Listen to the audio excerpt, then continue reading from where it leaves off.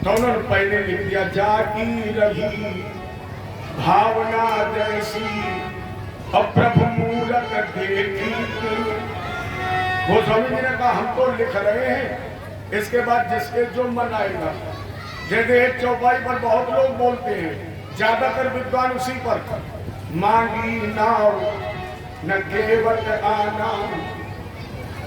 अच्छा, आप लोगों ने सबने रामायण पढ़ी देखी होगी, ईमानदारी से बताइए गोस्वामी जी ने किसी रामायण में चौपाई के बीच में कामा का प्रयोग किया है? अगर कहीं लगा हो तो अर्ध विराम पूर्ण विराम को है, कामा है कहीं? हम अपने मन से लगा देते, मांगी नाव न कामा लगा दिया, न केवट आना।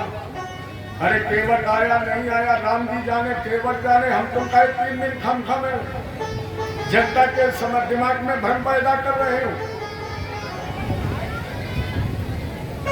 एक ने कहा मांगी नाव न केवट आना, मांगी नहीं है। अरे मांगी हो तो आया, नहीं मांगी हो तो आया, मान लो क्या दिक्कत है? एक अपूर्ण अधूरी बिंदुता दिखाने के लिए लोग कामा का प्रयोग करके अर्थ से अनर्थ, अर्थ तो कोई कर ही नहीं सकता है। कितने गोस्वामी पैदा हुए जिन्होंने रामायण में एक और चौपाई लिख दी, तोड़ देंगे, खंडन कर देंगे, लेकिन जोड़ कुछ नहीं, तोड़ देंगे, जोड़ेंगे कुछ नहीं, सब तोड़ेंगे। जैसे एक बार कथा हो रही, पंडित जी बोले काट दही के कारण जीवन दियो गंवाए, एक लाइन बोल दी, काट दही के कारण जीवन दियो गंवाए, और लोगों ने उसका भाव क्या लगाया? उसमें बैठा था एक धोबी, उसने सोचा ओ पंडित जी हमको जानते हैं, इन्होंने शायद हमसे ही कहा है। क्या? बोले कामा लगा दिया, गदही के कारण जीवन दियो गंवाए। धोबी ने कहा पंडित जी हमसे करें, अरे धोबी पूरी जिंदगी गधा में लगे, वहां बैठा था एक लेखपाल, उसने सोचा पंडित जी हमसे करे, कागज कामा लगा दिया, ही के कारण जीवन दियो गंवाए। अरे लेखपाल तूने पूरी जिंदगी कागज की लिखाई पढ़ी नहीं, अब पहले खतरा खतौनी कुछ तैयार की है। एक बैठा तक कौआ, उसने सोचा शायद हमसे कह रहे पंडित जी, काग माने कौआ और दही के कारण जीवन दियो। क्या पंडित जी ने ये 3 भाव बनाए? और समझ लो, फिर चलता हूँ धीरे धीरे कृष्ण जन्म की तरफ, क्योंकि रामायण के लिए तुम्हारे बाबा सीता शरण जी मौजूद हैं और अच्छे वक्ता हैं, उम्र भी अच्छी है, और उनका एक चैलेंज भी है, जब तक सीता सरल है तब तक विरोधी में चाहे 1100 बार, अभी तो 11 ही हुए। परसों हमारी बात हो रही थी बाबा से, लोग कह रहे थे बाबा 11 वर्ष 11 बार कथा कह चुके हो, बालकांड के आगे नहीं निकलते हो, क्यों? बाबा जी उस समय तो कुछ नहीं बोले, बाद में हमसे बोले ज्ञान प्रकाश भैया, हमने कहा बोले जब तक है सीता सरल 11 नहीं हो जाए 1100 रामायण, लेकिन नहीं होगा सीता हरण जब तक है सीता सरल। है बाबा, अब की भी नहीं होगा, अब की भी नहीं होगा सीता हरण जब तक है सीता शरण। जय जय श्री। आइए लोग, ये तो हम लोगों का आपस में व्यंग हो जाता है। एक बार कई कथा हो रही और उस गांव में एक व्यक्ति ऐसा था जिसे परमात्मा ने एक आंख दी थी। अरे जैसे परमात्मा एक आंख देता, लोग उससे क्या कहते हैं? क्या कहते हैं? जैसे भगवान एक आंख दे, हे शुक्ला जी, जिसके एक आंख होती उसे लोग क्या कहते हैं?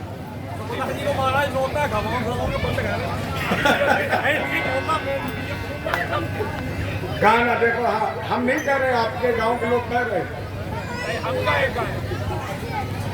अरे तुम्हारे पड़ोसी ने कहा है। अब ऐसा व्यक्ति थोड़ा शर्माता है, क्योंकि गांव के जितने उद्दंड लोग होंगे, विरोधी जैसे लोग मिल जाए, राम ही मालिक फालू पियेंगे, तो बेचारा न कभी कथा में जाए, न यज्ञ में जाए, न कभी शादी में, न विवाह में, इसी तरह गांव में आयोजन हुआ। धर्म पत्नी ने कहा, महाराज जी यहाँ तो सब तुम्हें जानते हैं, और फिर कथा में भाई व्यवस्था थोड़ी संभालिए बच्चों की।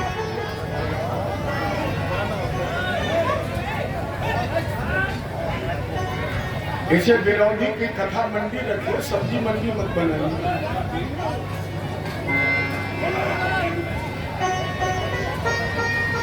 जय जय श्री। सब बात पीछे वाले इतनी जोर से बोलते रहोगे तो निश्चित है कि कल आगे आ जाओगे। वेग तुम बढ़े चलो, धीर तुम बढ़े चलो, इतने बढ़ो तो ये दूरी है, ये बिल्कुल फासला खत्म हो जाए।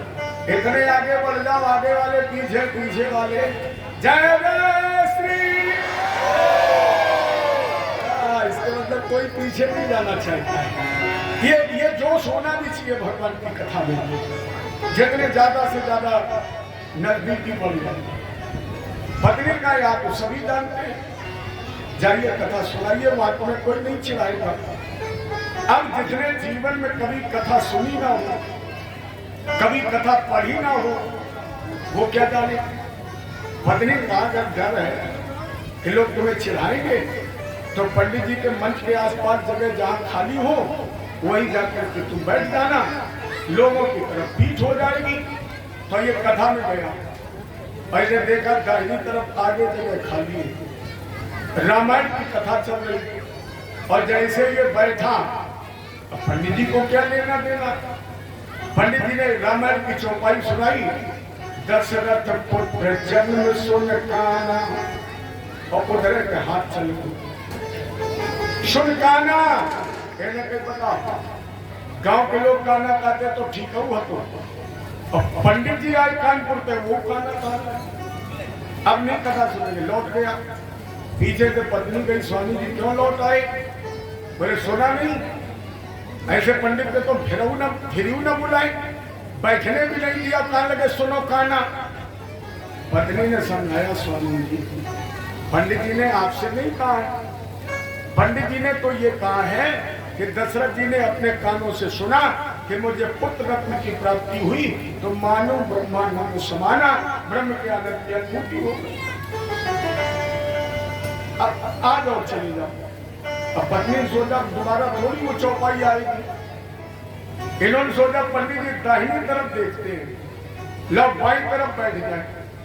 और जैसे ये बैठा, पंडित जी ने कहा जिन्हें हर कथा सुनी नहीं काना। तो अब तो पंडित जी हमें कह रहे, क्योंकि हमें कल कथा नहीं सुनी, तो कान लगे जिन्हें हर कथा सुनी नहीं, अब नहीं सुनी। बड़ा गुस्सा में लौट गया। पत्नी फिर पूछा खाई लौटा है? अरे बोले देखा नहीं। कहने लगे अब नहीं जाऊंगा। पत्नी का अच्छा हम माफी मांगती, अब चले जाओ। और इसका नाम था लक्ष्मण सिंह। इन्हें सोचा न दाहिने बैठूंगा न बाएं। ये मंदिर बना राधे श्याम बाबा, बोले उधर पीछे बैठ जाओ, पंडित जी देखे नहीं करें। और जैसे ये बैठे, पंडित जी ने कहा क्रोध बंद लक्ष्मण सुन काना। विरोधी लोग कितने उद्यमी है, बताओ बनाऊं बता दो। और उसके बाद इसका नाम लक्ष्मण सिंह, इसके बाद का नाम हरिहर सिंह। पत्नी फिर समझाया, चले अब नहीं जाऊंगा। अरे अब चली जाओ। तो ये न दाएं न बाएं न पीछे, उधर बैठ गया जहां अशोक भैया बैठे। और जैसे बैठे, पंडित जी ने कहा हरिहर निंदा सुनई जे काना। बात तक जान लगे हरे रहूंगा। और उतारी कोने पे लाठी। मेरा पत्नी पूछी कहाँ जा रहे? बोले कथा सुना। 3 दिन हो गए पंडित जी बैठे नहीं थे, हमने गए नहीं कि काना कान लगे। और आज तुम हमें रोको, कहूँ हम चक्र में जाइए खाए। बोले आज पंडित जी ने हमें देख के काना कही नहीं कि आपकी बाद में हुई है। और तरुआ में लाठी पड़ी है, तो भैया तो वही पगड़ी बांधने लगे। तो जब वो मिले तो वही वो खतरनाक तो अब की बार ये ना दाएं ना बाएं ना पीछे ना बीच में, जहां हमारे रवि भैया परीक्षित बने बैठे यहीं बैठ गया लंबी लाठी। अब पंडित जी का क्या पता। ऋषिमुख पर्वत से रामानंद सिया जी की खोज में चला और समुद्र के किनारे पहुंच चुका है। पंडित जी ने कहा डर पे गीत बचन सुन काना, सोने पकड़ी मजबूत लाठी। अब पंडित जी बोले अब भाग मर, ये बोला मरे तो धरे रहो लाठी मरे खोपड़ी में। पंडित जी ने कहा बैठो बैठो कथा सुनो, क्या बात। बोलो महाराज कितने दिन सुना, कब तक सुने। 4 दिन हो गए सुनते सुनते, और तुम्हें शर्म नहीं लगा, हम बैठ नहीं पाते तुम काना कहने लगते।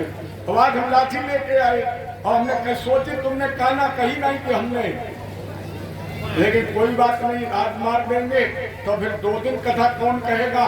महाराज ये 2 दिन और कह लो और मिले 18 तारीख के मोढ़ी वाले पुल पे। बाबा ने शायद इसीलिए लिख दिया, अरे जागी रही भावना जैसी, जागी रही